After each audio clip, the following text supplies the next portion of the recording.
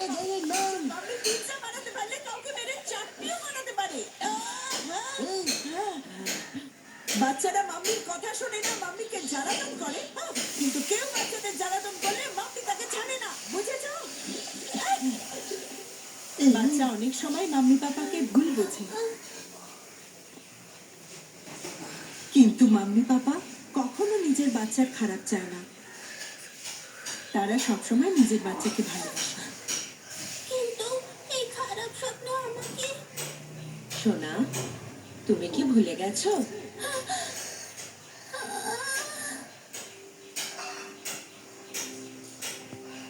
আমি তোমাকে বলেছিলাম না যে বাকু তোমাকে সমস্ত খারাপ স্বপ্ন থেকে বাঁচাবে।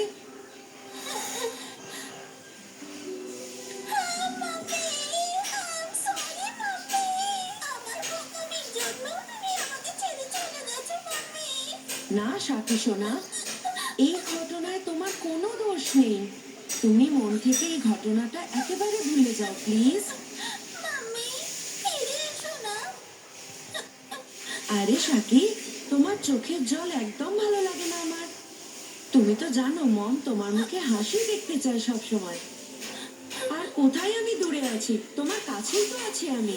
আমার কথা চোখ বন্ধ করে ভাবলেই তোমার কাছে চলে আসবো আমি। এই জন্য সবসময় তুমি হাসবে, হাসবে তো?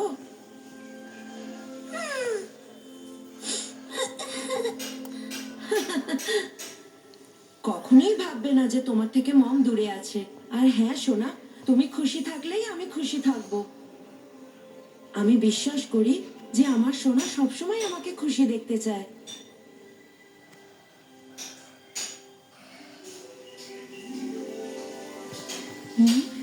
বুঝেছো সোনা?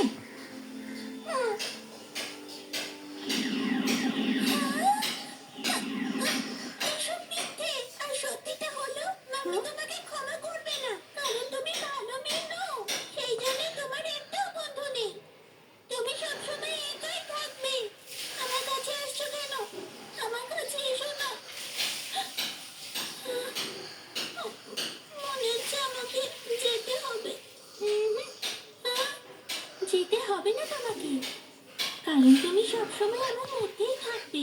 কি? হ্যাঁ সত্যি, কারণ আমি ঠিক হয়ে গেছি।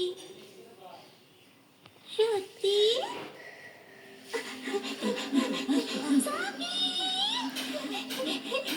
তোমরা চলে এসেছো, আমরা পেরেছি। সবাই খারাপ থেকে ভালো হয়ে গেছে। আমি ভয় পেয়ে গেছিলাম। এই বন্ধুরা, অনেক হয়ে গেছে অ্যাকশন। এখন চলে একটু মজা করে যাক। আমার তো এখনো ভয় লাগছে।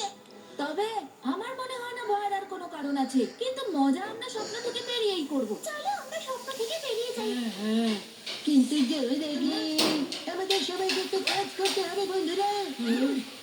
কাছে কবে ডিফেন্স। দাঁড়াও শিনচান, কাজুকাবে ডিফেন্স ফোর্স রেডি।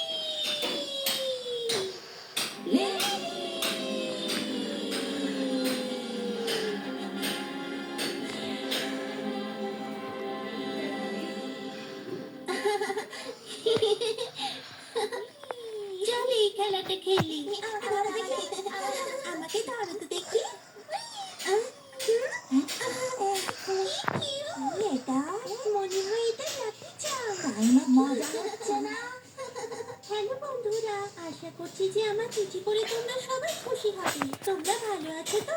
আমি এখানে খুব ভালো আছি। তোমাদের সঙ্গে কাটানো মুহূর্তগুলো খুব। সাথী, পাপা, চলো এবার বাড়ি যাওয়া যাক।